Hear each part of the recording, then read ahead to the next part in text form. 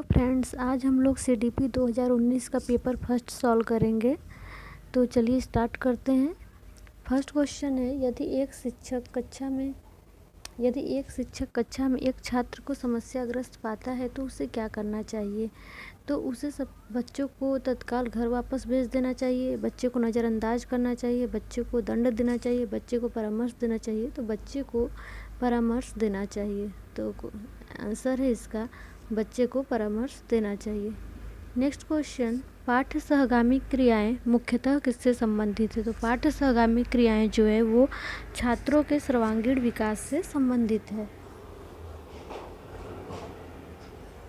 Next question, निम्नलिखित में से किसने अधिगम सिद्धांत का प्रतिपादन नहीं किया है। तो अधिगम सिद्धांत का प्रतिपादन जो है वो B.S. ब्लूम द्वारा नहीं किया गया है। बाकी थॉर्नडाइक, स्किनर, कोहलर जो है वो अधिगम के सिद्धांत से संबंधित है।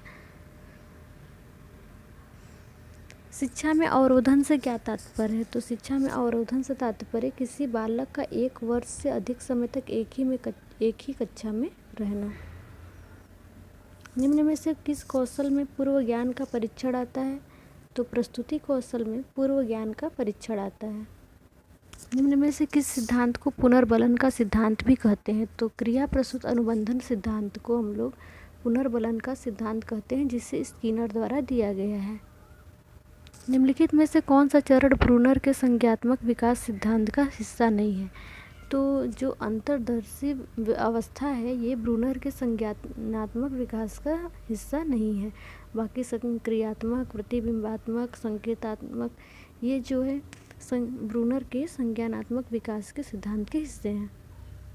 नेक्स्ट, मॉरिसन ने अपने शिक्षण प्रतिमान में 5 चरणों को बोध के स्तर पर वर्णित किया है। तो हम आपको बता दें कि जो बोध स्तर है वो मॉरिसन द्वारा दिया गया है, जिसमें उन्होंने 5 चरण की बात की है। तो इसे सही क्रम में व्यवस्थित करना है। तो इसका सही क्रम जो होगा सेकेंड होगा। पहले अन्वेषण होगा, सेकेंड प्रस्तुतिकरण, आत्मसातकरण, फिर व्यवस्था, उसके बाद अनुवाचन। नेक्स्ट, निम्न में से कौन सा अधिगम का वक्र नहीं है। तो अधिगम का वक्र जो लंबवत है वो अधिगम का वक्र। निम्न में से कौन सा अधिगम का वक्र नहीं है। तो अधिगम का जो वक्र है वो लंबवत नहीं है। नेक्स्ट क्वेश्चन, किसके अनुसार व्यवहार के कारण व्यवहार में परिवर्तन ही अधिगम है। ये किसने कहा है। तो ये कथन जो है वो गिलफोर्ड द्वारा कहा गया है। सूची ए से सूची बी को मिलन करना है। तो ब्रूनर किससे संबंधित है। तो ब्रूनर जो है वो समप्रत्यय उपलब्धि शिक्षण प्रतिमान से संबंधित है। आशुबेल जो है, ब्रूनर जो है आपके समप्रत्यय उपलब्धि शिक्षण प्रतिमान से संबंधित है। आशुबेल जो है वो अग्रिम संगठक शिक्षण प्रतिमान से संबंधित है। ग्लेजर जो है वो आधारभूत शिक्षण प्रतिमान से संबंधित है। और गार्डन जो है वो साइनेटिक शिक्षण प्रतिमान से संबंधित है। तो इसका आंसर हो जाएगा आंसर नंबर 3। नेक्स्ट, समस्या समाधान का प्रथम चरण क्या है। तो समस्या समाधान का जो प्रथम चरण है वो समस्या की पहचान करना है। स्मृति एवं बोध स्तर के शिक्षण प्रतिमानों की संरचना में कौन सा वाक्य विन्यास महत्वपूर्ण है। तो स्मृति स्तर जो है वो हर्बर्ट द्वारा दिया गया है और बोध स्तर जो है मॉरिसन द्वारा दिया गया है। दोनों में 5-5 चरण है। तो उसमें से कौन सा वाक्य विन्यास दोनों में महत्वपूर्ण है। तो जो प्रस्तुतिकरण है वो दोनों में महत्वपूर्ण है। मानव विकास का प्रारंभ होता है। तो मानव विकास का जो प्रारंभ होता है वो गर्भावस्था से ही हो जाता है। द कंडीशंस ऑफ लर्निंग पुस्तक के लेखक कौन है। तो द कंडीशंस ऑफ लर्निंग पुस्तक जो है वो गैने द्वारा लिखा गया है। किशोरावस्था बड़े संघर्ष, तनाव, क्रोध व विरोध की अवस्था है। यह कथन किसके द्वारा कहा गया है। तो यह कथन जो है स्टैनले हॉल द्वारा कहा गया है।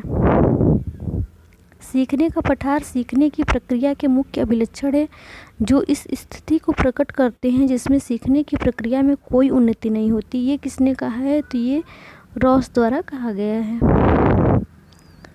इसको मिलन करना है कि कौन सा किससे संबंधित है। तो एनिमल इंटेलिजेंस जो है वो थॉर्नडाइक द्वारा संबंधित है।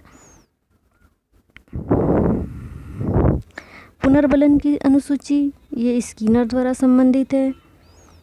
सारगर्भिता का नियम जो है वो गेस्टाल्टवादियों द्वारा दिया गया है। अनुकूलन जो है वो पियाजे द्वारा दिया गया। तो इसका सही आंसर हो जाएगा आंसर नंबर फर्स्ट। विकास कभी न समाप्त होने वाली प्रक्रिया है, यह किसके द्वारा कहा गया है? यह कथन किससे संबंधित है? विकास कभी न समाप्त होने वाली प्रक्रिया है। तो जो हम जानते हैं कि विकास जो है वो निरंतरता का सिद्धांत है, जो कंटिन्यू चलती रहती है, जिससे हम कभी समाप्त नहीं होती है।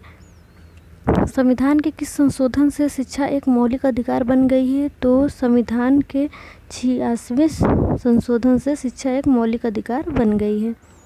अभिप्रेरणा का वृत्ति सिद्धांत किसके द्वारा प्रतिपादित किया गया है? तो अभिप्रेरणा का जो वृत्ति सिद्धांत है वो मैकडूगल द्वारा दिया गया है। विकास की किस अवस्था को कोल तथा ब्रूस ने संवेगात्मक विकास का अनोखा काल कहा है? तो कोल तथा ब्रूस ने बाल्यावस्था को संवेगात्मक विकास का अनोखा काल कहा है। किसने बहुबुद्धि का सिद्धांत दिया? बहुबुद्धि का सिद्धांत गार्डनर ने दिया है। डिसलेक्सिया में कठिनाई होती है, तो डिसलेक्सिया में पढ़ने में कठिनाई होती है। निम्नलिखित में से समावेशी कक्षा में कौन से शिक्षक की भूमिका नहीं है? तो शिक्षक को अधिगम निःशक्त बच्चों पर ध्यान नहीं देना चाहिए, ये उसकी भूमिका नहीं है, बल्कि शिक्षक को सभी बच्चों पर ध्यान देना चाहिए। कक्षा में बच्चों को प्रश्न पूछने के लिए हमेशा क्या करना चाहिए? प्रेरित करना चाहिए। बच्चों की वृद्धि मुख्यतः किससे संबंधित है? तो बच्चों की जो वृद्धि है वो शारीरिक विकास से संबंधित है। Thank you for watching this video.